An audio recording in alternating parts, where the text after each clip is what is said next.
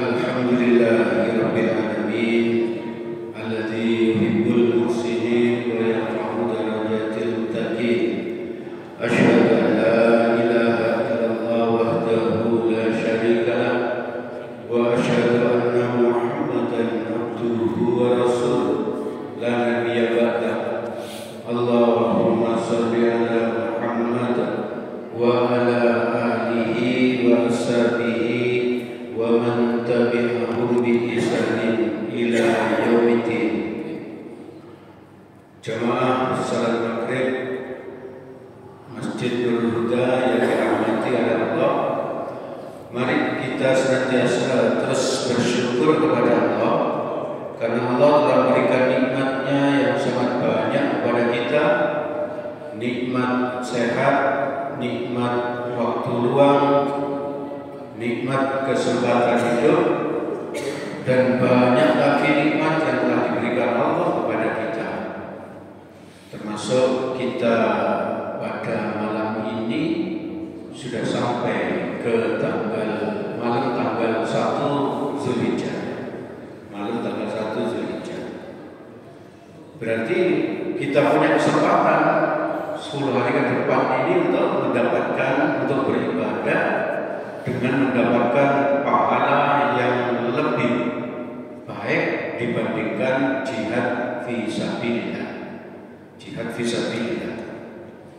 Di dalam hadis riwayat Bukhari dari Ibnu Abbas radhiyallahu anhu, qala Rasulullah sallallahu alaihi wasallam, "Ma min ayyamal amal shalih ahabbu ila Allah azza wa jalla min hadhihi al-ayyam al-ashr." Artinya Rasulullah sallallahu alaihi wasallam bersabda, tidak ada amal perbuatan yang lebih utama dari amal yang dilakukan pada 10 hari pertama bulan Zulhijjah. Kalau di bulan Ramadan itu 10 malam terakhir, tapi di bulan Zulhijjah ini 10 hari pertama. 10 hari pertama. Jadi Nabi menyatakan kepada sahabat saat itu, tidak ada yang lebih utama. Amal soleh yang kita lakukan seperti itu artinya apa? Bisa mengalahkan pahala dari jihad fi sabilillah atau perang melawan orang kafir. Perang kafir. Sahabat heran mendengar pernyataan Nabi ini. Maka sahabat bertanya kepada Nabi, "Ya Rasulullah, wala jihad fi sabilillah." Wahai Rasulullah, apakah jihad fi sabilillah juga tidak lebih utama dari amal soleh tersebut? Jadi kalau kita sederhanakan kalimatnya, sahabat bertanya gini kepada Nabi, "Wahai Rasulullah, apakah jihad fi sabilillah itu masih kalah utama dibandingkan amal soleh yang kita lakukan di tanggal 1 sampai tanggal 10? Tanggal 1 itu besok. Tapi malam ini berarti kalau kalender Komariah malam ini mulai maghrib berarti sudah masuk tanggal 1. Tapi karena di sini dikatakan hari-hari di tanggal 1 sampai tanggal 10, berarti insya Allah mulai besok setelah sholat subuh. Amal apa saja yang baik-baik yang kita lakukan mulai besok itu lebih utama dibandingkan jihad. Lanjutan hadisnya, Nabi ditanya tadi itu apakah amalan jihad fi sabilillah masih kalah? Nabi menjawab, "Wala jihadu fi sabilillah illa rajulun haraja bi nafsihi wa malihi thumma lam yarji'u bi syai'in min dzalika." Nabi menjawab gini, tidak juga jihad. Artinya apa? Jihad itu masih kalah utama dibandingkan amal ibadah yang kita lakukan. Kecuali seseorang keluar dari rumah berjihad dengan jiwanya dan hartanya kemudian tidak kembali alias mati syahid. Hanya itu yang mengalahkan. Jadi kalau ada seseorang misalnya pergi ke perang Badar, lalu dia bawa hartanya semua, membawa jiwanya, lalu dia mati terbunuh di medan perang. Itu saja yang mengalahkan amal ibadah yang akan kita lakukan mulai besok, mulai besok. Maka ibu bapak, saudara-saudara yang dirahmati oleh Allah, mari kita jadikan momentum. Apa-apa yang Allah menjanjikan sesuatu yang utama, maka jadikan momentum untuk apa? Untuk meningkatkan amal ibadah kita. Ini Allah menjanjikan apa? Keutamaan yang lebih utama dari jihad fisabilillah.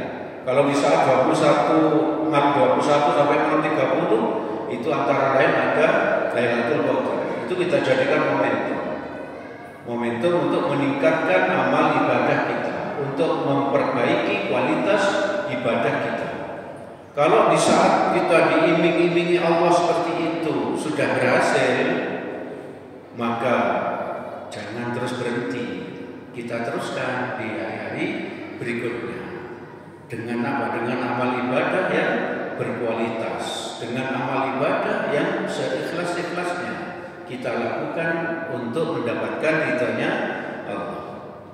Maka ibu bapak, saudara-saudara yang dirahmati oleh Allah, apa saja amal soleh yang dianjurkan oleh Nabi? Yang pertama, sering kita sampaikan ini, bahkan pekan yang lalu, memperbanyak zikrullah, memperbanyak zikir kepada Allah. Mengapa memperbanyak zikir kepada Allah itu? Dengan kita latihan zikir kepada Allah yang banyak di dalam hati terus menerus, insya Allah sholat kita bisa lebih khusyuk. Kenapa? Karena hati kita terbiasa ingat pada Allah, terbiasa seperti itu.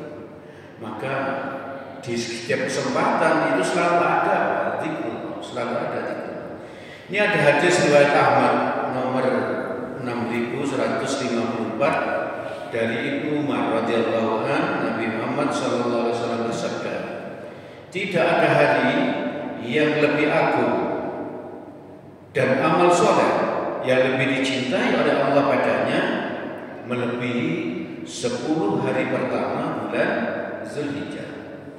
Jadi tidak ada hari yang lebih agung yang mengalahkan apa? Ini 10 hari pertama bulan Zulhijjah. Dan amalan yang kita lakukan di 10 hari pertama itu tidak ada yang lebih utama menurut Nabi. Maka Nabi menyarankan ini, maka perbanyaklah pada itu bertahlil. Tahlil itu membaca la ilaha illallah, la ilaha illallah. Lalu takbir. Takbir itu Allahu Akbar, perbanyak. Dan tahmid, alhamdulillah.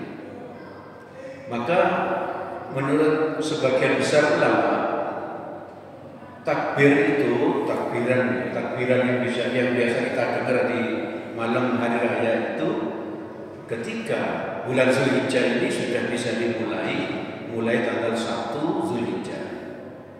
Karena hadis ini tadi. Jadi boleh sudah. Tapi karena di Indonesia ini tidak terbiasa seperti itu, kita lakukan sendiri saja. Kita lakukan sendiri di dalam hati. Agar tidak menimbulkan pertanyaan. Kalau kita terus takbiran di masjid ini terus diperdengarkan keluar, apalagi nanti jadi banyak bertanya. Tapi kalau takbiran untuk Idul Fitri itu baru boleh dimulai ketika Ramadan berakhir. Setelah sholat maghrib, Ramadan berakhir itu kita boleh takbiran. Terus sampai besoknya ketika khotib naik mimbar berhenti. Tidak ada takbir lagi setelah itu. Tapi kalau Idul Adha mulai tanggal 1 boleh terus sampai tanggal 13 Zulhijjah waktu asar. Terus seperti itu. Makanya di Indonesia ini ada kebiasaan setelah Idul Adha itu imam memimpin takbir gitu ya, di masjid ini juga dilakukan sampai tanggal 13 waktu asar. Itu dasarnya kita di hadis ini, perbanyak tahlil. Tahlil itu la ilaha illallah. Takbir Allahu Akbar dan tahmid alhamdulillah. Kita perbanyak di dalam hati. Lalu amalan apa lagi yang bisa kita lakukan? Tentu saja puasa. Terutama puasa di hari Arafah. Hari Arafah itu tanggal 9 Zulhijjah.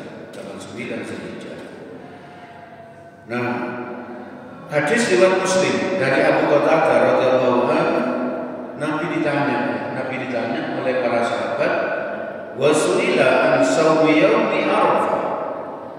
Rasul sallallahu alaihi wasallam tanya tentang puasa Arafah. Maka beliau menjawab, "Yukaffirus sanatal madiyata wal baqiyah."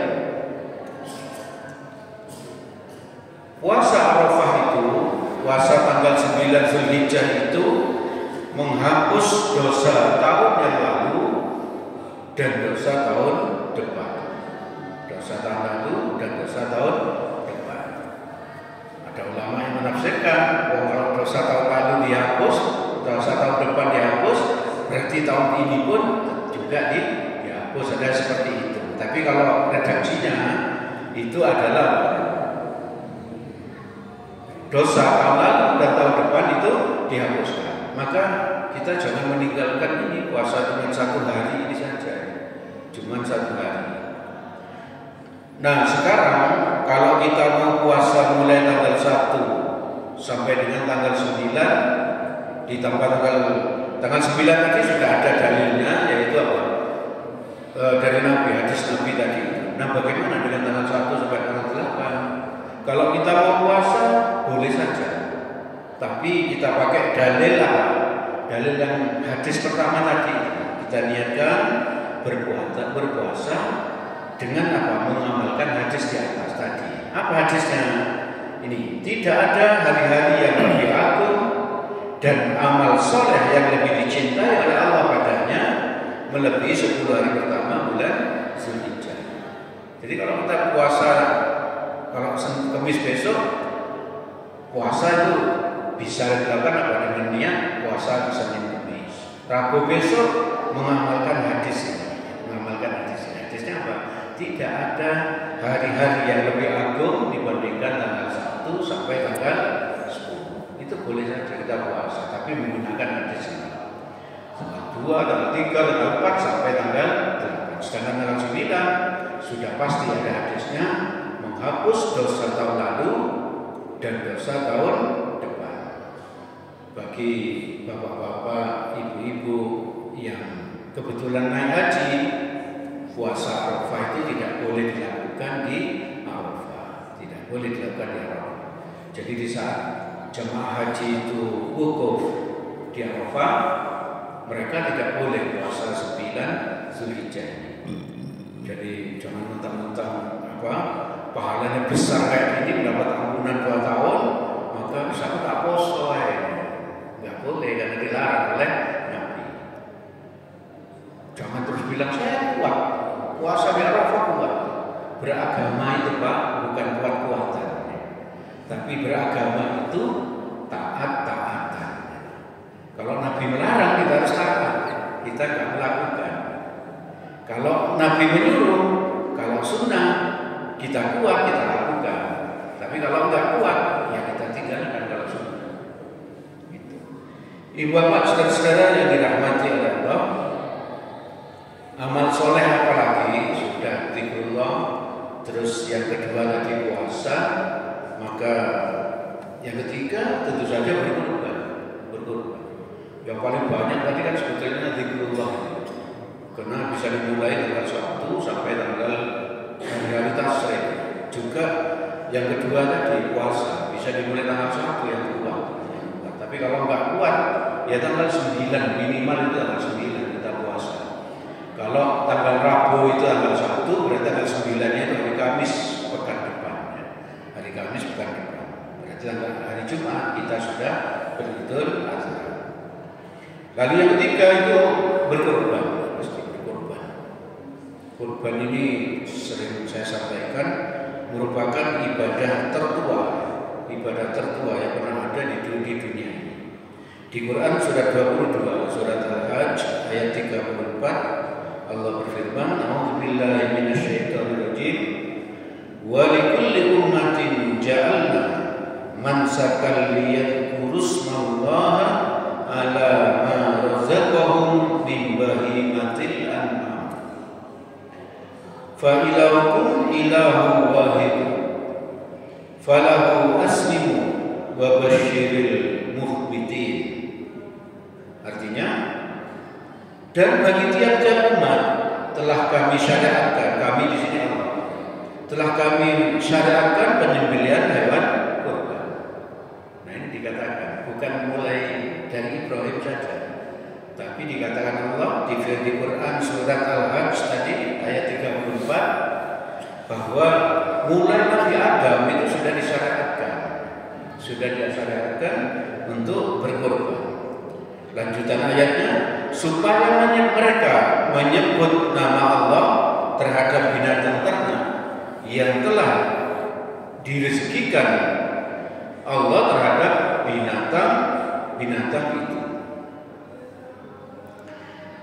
Maka Tuhan mula, Tuhan yang Maha Esa, karena itu berserah dirilah kamu kepadanya dan berilah kabar gembira kepada orang-orang yang tunduk patuh kepada Allah. Jadi Allah menyuruh para malaikat itu untuk memberikan kabar gembira kepada orang yang patuh kepada syariat kurban. Jadi insya Allah kita akan mendapatkan kabar gembira dari Allah. Untuk apa? Untuk kurban yang kita berikan. Apa kabar gembiranya? Banyak. Karena apa? Karena berkorban ini menunjukkan takwa kita kepada Allah. Berarti kalau kita berkorban karena takwa kepada Allah, maka Allah akan memberi jalan keluar terhadap permasalahan-permasalahan yang kita hadapi. Dan Allah akan memberi rezeki dari tempat-tempat yang tidak terduga. Itu janjinya Allah di Quran surat At-Tariq ayat kedua bagian akhir dan ayat ketiga awal. Jadi kalau kita berkorban karena bertakwa kepada Allah, bukan karena kalau aku tidak berkorban gak enak, betongo, bukan gitu. Itu bukan kelas kita sekarang seperti itu. Tapi kita berkorban semuanya kita niatkan karena ingin mendapatkan ridhonya, bukan karena ingin dipuji orang ini berkorban setiap tahun, bukan seperti itu. Nah itu minimal. Dan ibu bapak, saudara-saudara yang dirahmati oleh Allah, kurban yang diperintahkan kepada Nabi Adam dan keluarganya ini bisa kita ambil hikmahnya, Karena apa? Karena dulu ketika dunia ini masih ditempatin 6 orang, enak ya Pak ya, dunia ditempatin 6 orang.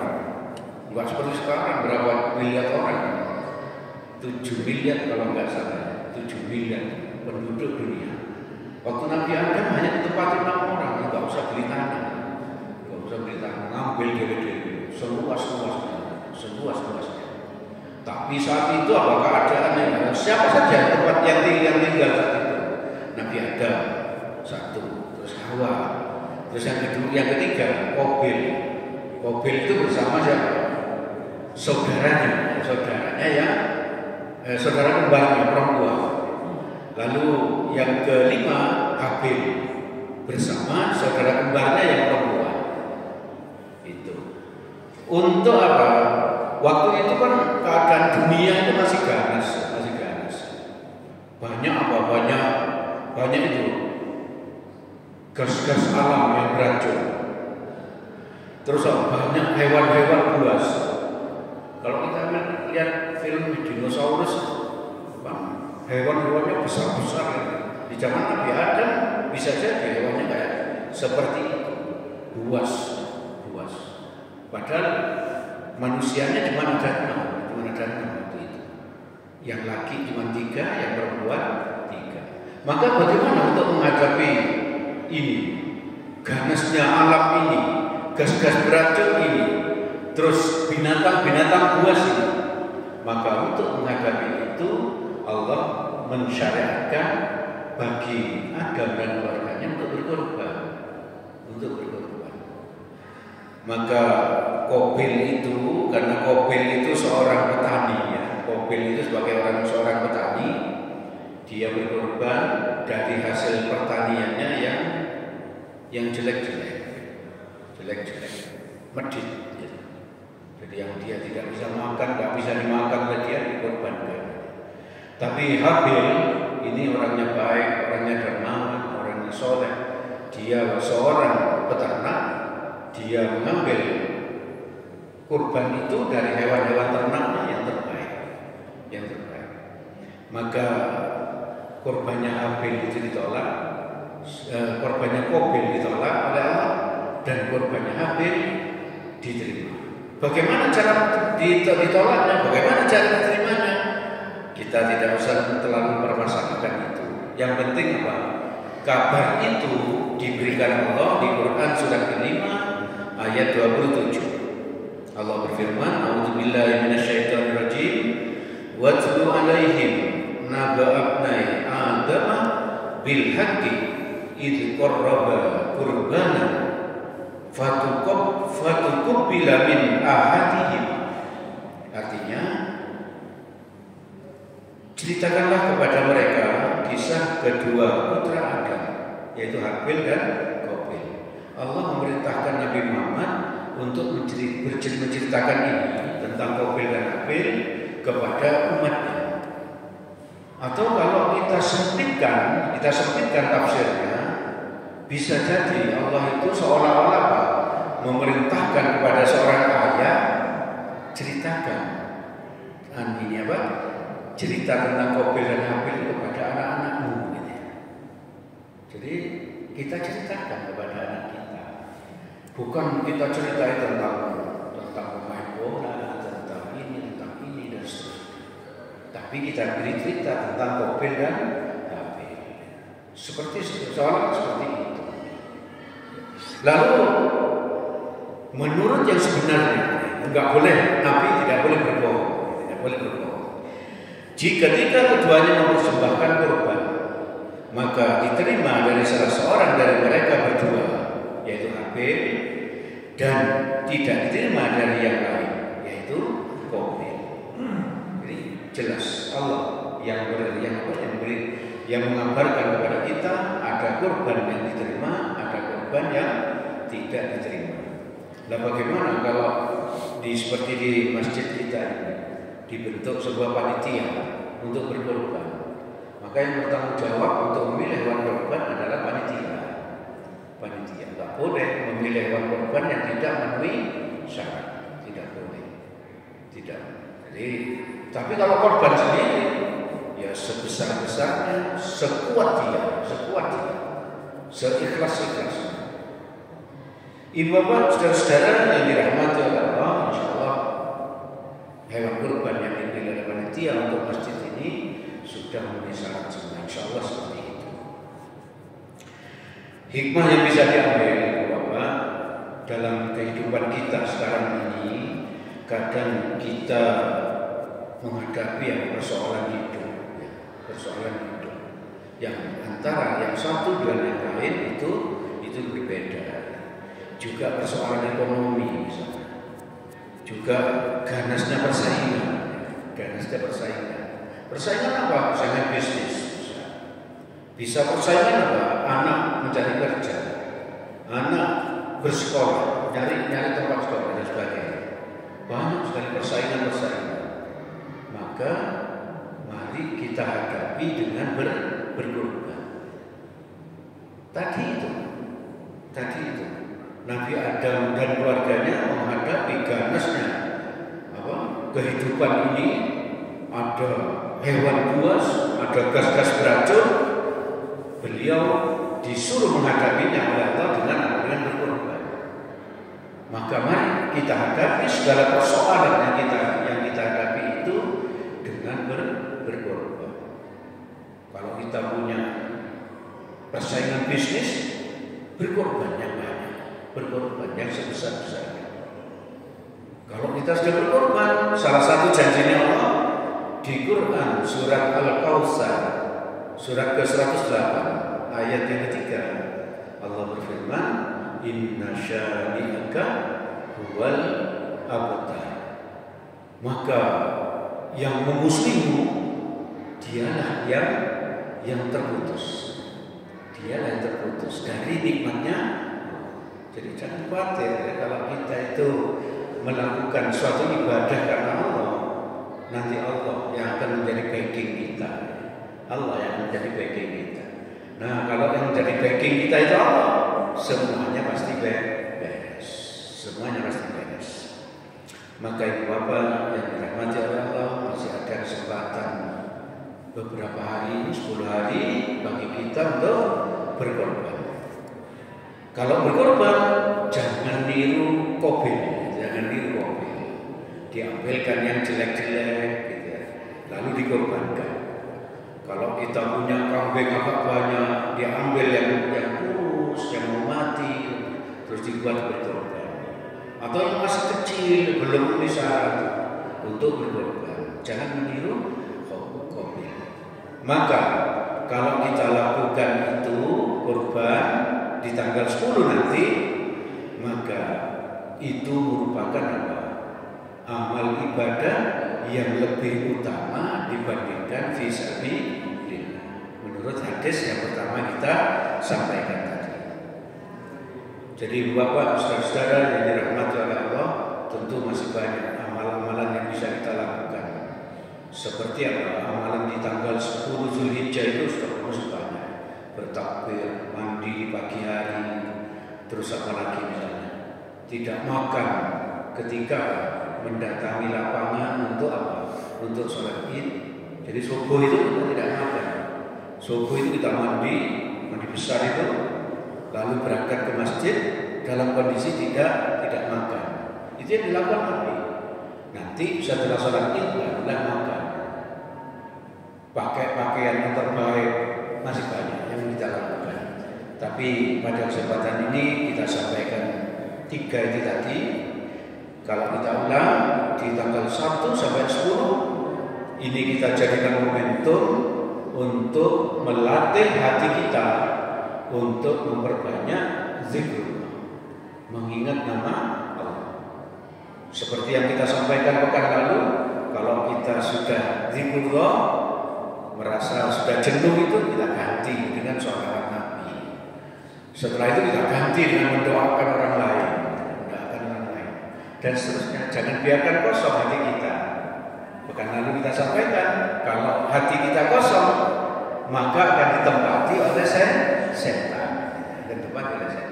Jadi seperti itu.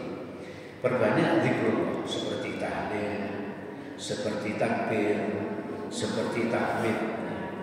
Lalu amalan lain, puasa minimal 1 hari di tanggal 9 Zulhijjah dan berkorban. Secara umum kita berbanyak amal-amal soleh kita. Berarti hari Ahad besok itu termasuk ya, ada kajian di sini misalnya. Itu termasuk amal soleh yang bisa kita lakukan. Atau kalau ada kerja bakti di sini, itu pun termasuk amal soleh yang bisa kita lakukan. Untuk apa? Untuk mendapatkan pahala yang lebih utama dibandingkan jihad fisabilillah. Banyak sekali amal soleh yang bisa kita lakukan. Banyak sekali.